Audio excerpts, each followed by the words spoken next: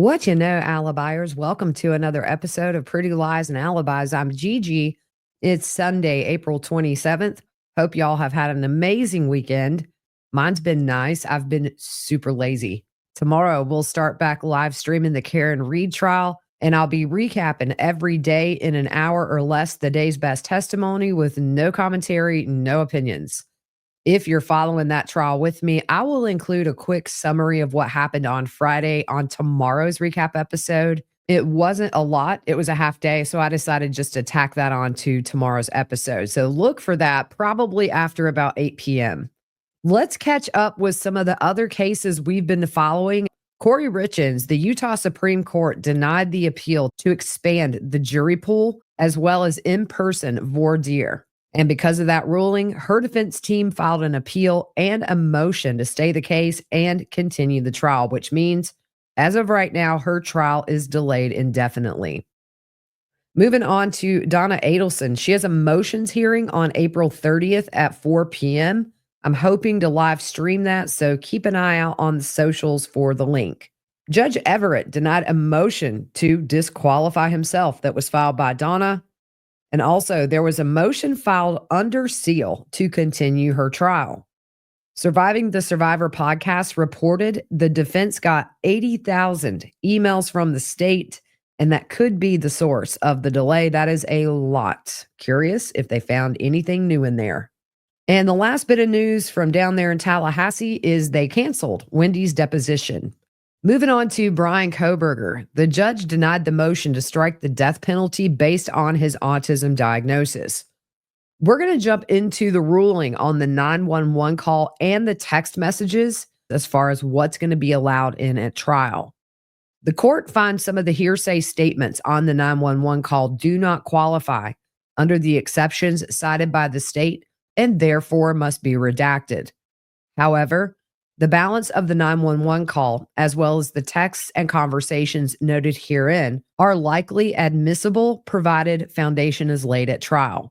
They included a transcript of the text exchange between BF and DM, and it says at approximately 4 a.m., DM heard strange noises and crying coming from the bathroom. She opened her door at one point and saw a man dressed in black with a ski mask on walking by her bedroom door. She then placed calls and texts to her other roommates to see if they were awake. Only BF, who resided on the ground floor, answered. They spoke once for 24 seconds, during which DM told BF she thought she heard something. They spoke again a minute later for 41 seconds when DM told BF she saw a man in a ski mask leaving the house. BF testified to her recollection of the content of these two calls before the grand jury. However, DM could not recall specifics about what was said. During the text exchange, DM also tried contacting Ethan through Snapchat. She again tried calling Kaylee and Xana, but neither responded. DM then exited her room and began running towards BF's bedroom. On her way, she noticed Xana lying on the floor of her bedroom with her head towards the wall and her feet towards the door. DM thought Xana was drunk. Once DM arrived at BF's room, they locked the door and made additional unanswered calls to the other roommates. At 4:32 a.m., DM again texted Kaylee, "Please answer." There was no response. Between 5 a.m. and 6:30 a.m., DM engaged in activity on her phone, primarily creating, editing, and deleting images and videos. Her phone activity ceased at 8:05 a.m. when DM accessed Instagram for a few minutes. At 10 a.m., DM again accessed Instagram and communicated over Snapchat. 10:23, she texted Maddie, "Are you up?" No response. Up until 11:29 a.m., DM continued to access Instagram and Snapchat when she texted Kaylee, "Are you up?" No answer. She thought this was strange because Kaylee and Maddie were early wakers. She continued accessing various social media sites, including checking Ethan and Xana's Snap Map locations. 11:40, her father texted about scheduling time for a chat, to which DM responded. She also received 2 texts from Jenna stating, "Bro," And do you guys need me to come get you? At 11:50, DM called her friend EA and asked her to come over and check the house because she was scared. EA and her boyfriend HJ came over and met DM and BF at the bottom floor of the house. Together, DM and BF started to walk up the stairs to the second floor. HJ went into the kitchen to grab the kitchen knife. When he came back out, DM saw Xana for a split second, and they quote her from the grand jury testimony, and I just started bawling because I thought she had just I don't even know. I thought maybe she was still drunk and all asleep on the floor. BF also saw Xana lying on the floor. HJ told BF to get out. EA, who had started up the stairs, also turned around after HJ instructed her not to come any further. They both went outside. Shortly after, HJ exited the house and told them to call 911. He was pale white and mentioned something about someone being unconscious. In the filing, they go through the 911 call and also have the transcript in there. The judge says the court finds the bulk of the statements on the 911 call are admissible with 3 exceptions of statements made during the 911 call. Because citizens who call 911 are not under any duty to report, a recorded statement by a citizen must satisfy a separate hearsay exception. Typically, these exceptions include the present sense impression exception and the excited utterance exception. The present sense impression exception authorizes the admission of hearsay if it's a statement describing or explaining an event or condition made while or immediately after the declarant perceived it. The rationale justifying the exception is that the immediacy of the statement offers no opportunity for fabrication.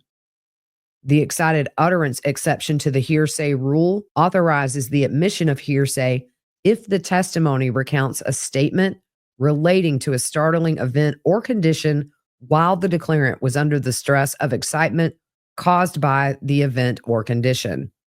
As far as the text messages, the court finds the act of making phone calls, texts, or other phone activities like accessing social media are not hearsay.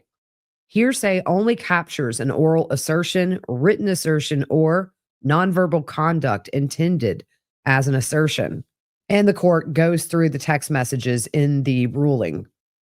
The content of DM and BF's text about what DM saw, they are either not hearsay because they were not offered for the truth of the matter asserted, or not assertions, or if hearsay, they likely qualify as present sense impression and or excited utterance. Their verbal discussions are potentially admissible for the same reasons. The state must establish foundational requirements for such proffered statements at trial. They list the text messages that are in question and whether or not they come in. 2:10 a.m., DM texts an Uber driver to inquire if he's driving. The court finds that is not hearsay and it can come in. For the text messages between 4:22 and 4:26, the judge goes into what was said. DM said no one is answering and states what she is immediately feeling, which is confused, freaked out, and scared over what she saw and the fact none of her roommates are answering.